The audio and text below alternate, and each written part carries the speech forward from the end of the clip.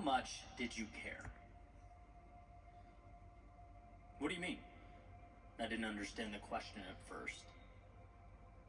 In that room, how much did you care what they thought of you? Like, if 0 is not at all, and 10 is you cared a lot, how much did you care? 8, I said. Probably around an 8 out of 10. And that is the problem. Because if you care, you are not free. I've been working my whole life to obtain that word in its truest sense. Freedom. And I've made progress. The world around us is tough to change, but most things worth changing aren't. I've uprooted and walked away from people that brought me down. Plenty of times. I've walked away from places that just weren't me. I've committed to carving out a path that I deem meaningful in my life. See, but you can always turn your back and walk away from people, from places, from situations. Here's a little caveat no one seems to tell you about, though. You have to take yourself with you. There's no destination to which you can arrive without your thoughts. There's no place you can show up without your narratives or your view of the world. And the more I navigate this floating rock we're on, the more I'm convinced that weather is determined by the onlooker, not the atmosphere. Some people simply choose to see sun. Some people choose rain. Our forecasts are internal. I've referenced this book often because it's one of the few cheat codes, not to any subset of reality, but to life in general, that allows us to reverse engineer true contentment. It's called The Top 5 Regrets of the Dying by Bronnie Ware, where she speaks with mostly older people during their final days, asks them what they would do differently if they could do it all over again. Regret number 1, and we can actually stop right there, is I wish I'd had the courage to live a life true to myself, not the one others expected of me. Meaning, the number 1 thing people wish they did differently was care less.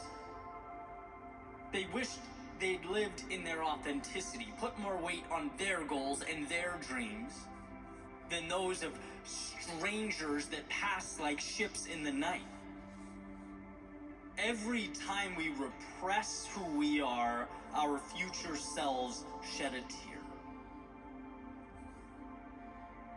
And I know that's not pretty or uplifting to think about, right? A future you looking down and wishing you'd sought out that freedom in its truest form. The freedom to live fully. But look, sometimes carving meaning out of life just isn't pretty. Sometimes what's necessary is not pretty. See, everything's relative.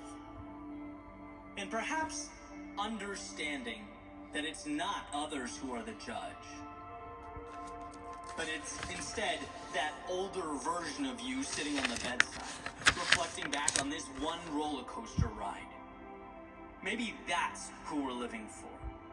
That's the well from which our courage should be drawn. We are guests, passing through a miracle, with minds that falsely and irresponsibly whisper we have all the time in the world, trying to convince us that the trip lasts forever. But it doesn't. Your life is a raindrop in a thunderstorm. It will be over as fast as it arrived, and how you choose to live it will be everything. See, there will always, in some capacity, exist that voice asking you to dial it down. There will, from time to time, be sweaty palms and shaking knees. You know, those human things. But when you find yourself standing on the edge of that door, looking out at a world that you know calls your name, Let your voice be louder than all of it. Let the beating of your heart be stronger than your fear.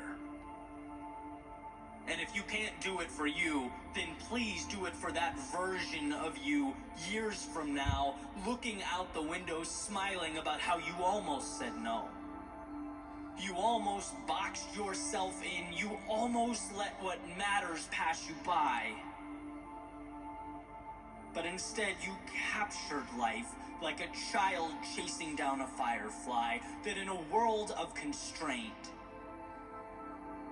you allowed yourself to be free.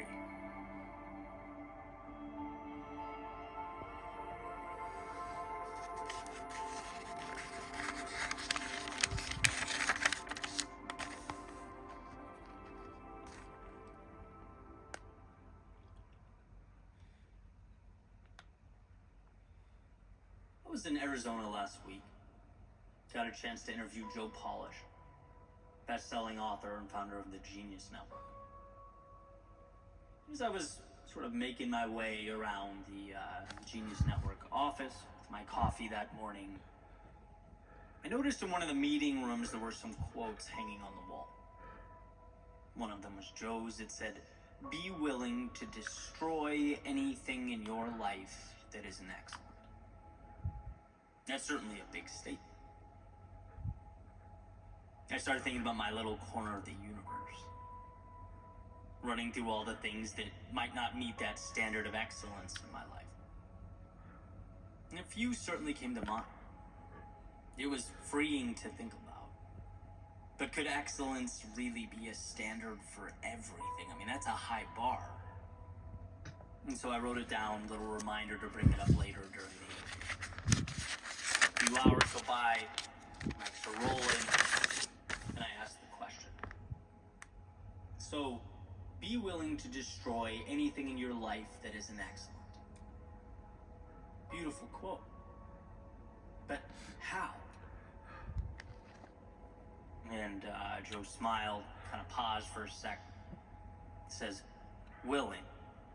Right? The key word there is willing. And I'm paraphrasing. But his point was essentially, it's an acceptance of what is and a willingness to be rigorously honest with yourself.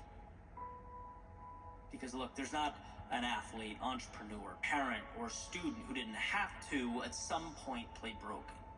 We all do. But to live like that, that's not a life well lived, that's learned helpless. And that quote on the wall is about taking a stand.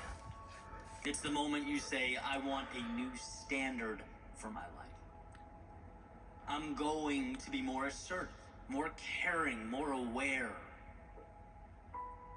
Excellence is not a requirement per se, because human beings can't be excellent all the time. We are flawed, we are trying, we are growing. But what you can do is look around you and start moving towards that version of yourself. Start cutting away the metaphorical chains around your